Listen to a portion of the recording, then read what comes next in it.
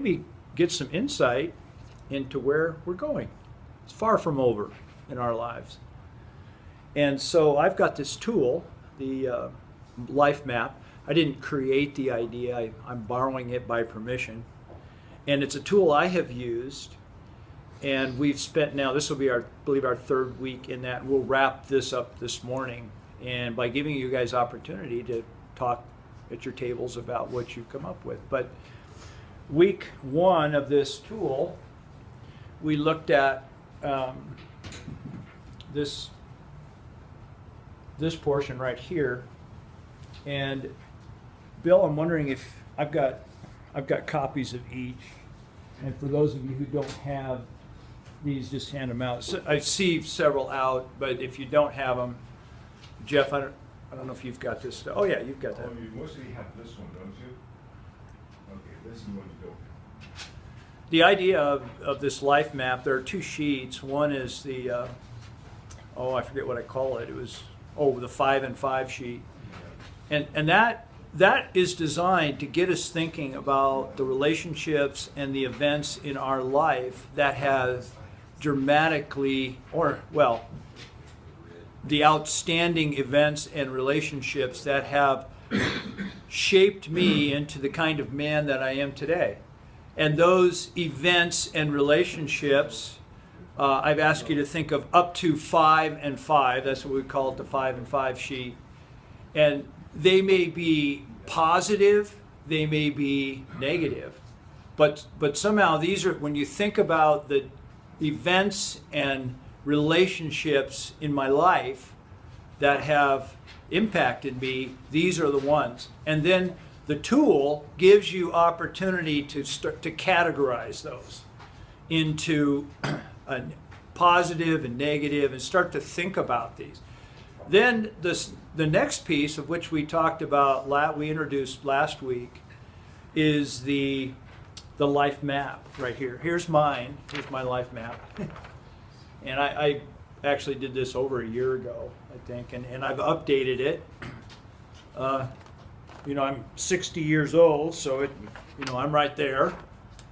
And it is an effective tool, because what I ask you to do is to take those relationships and those events and plot them on this graph in a way that depicts graphically how they relate to you. So if it was a extremely positive relationship, then it would be up in this area up in here, and you can rate it from 0 to 10.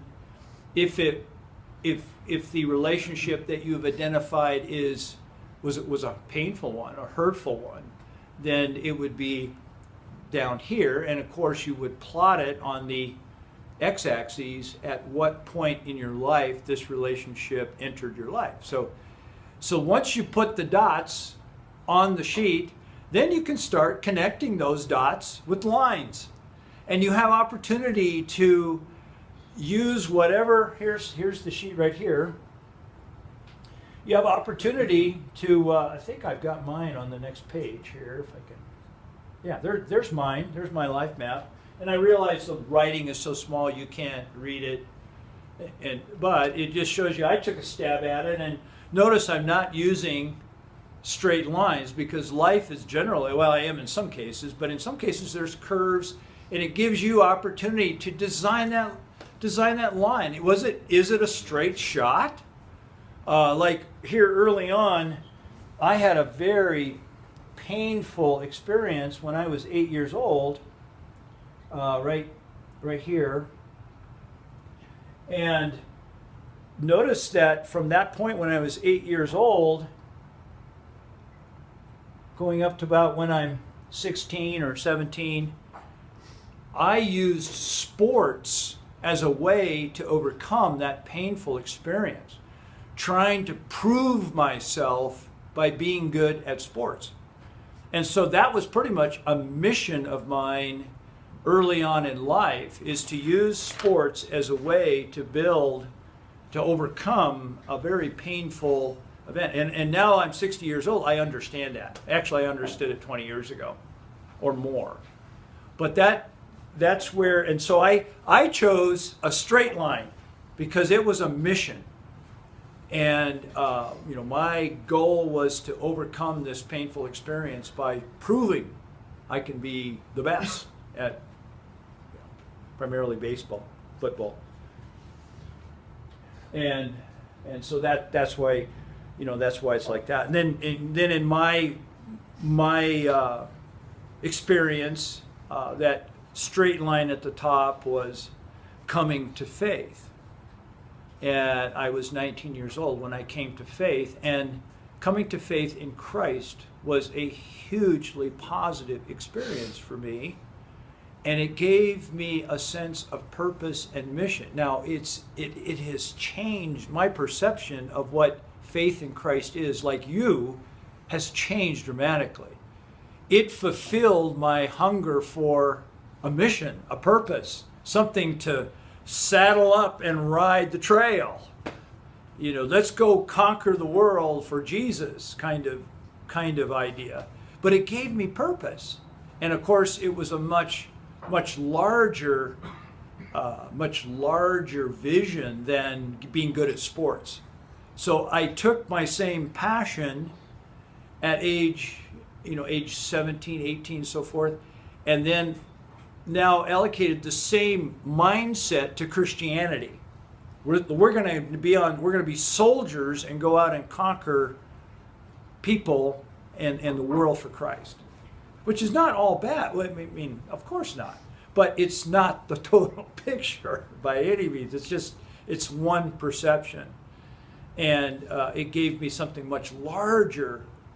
And that, guys, I think that especially with young men, is to give them a vision bigger than themselves. It is a huge piece in becoming a man. And for me, that was my faith. And of course, that's the years. Then I was married relatively young. We had our firstborn. That was a huge experience. And not long after that, then I had opportunity to do ministry work in the context of the Bible Chapel, and Steve was right there. We were there together at that time, and I'm very grateful for our background at the Bible Chapel and what we learned and the ideals. But like with anything in life, it's mixed. And I, through that experience, came to a very deep bottoming out experience, relatively young in life, that Steve is somewhat aware of. And the problem was not the group by any means. The problem was what was going on inside of me. This whole thing, this idea of conquering and winning and advancing in these things, mission.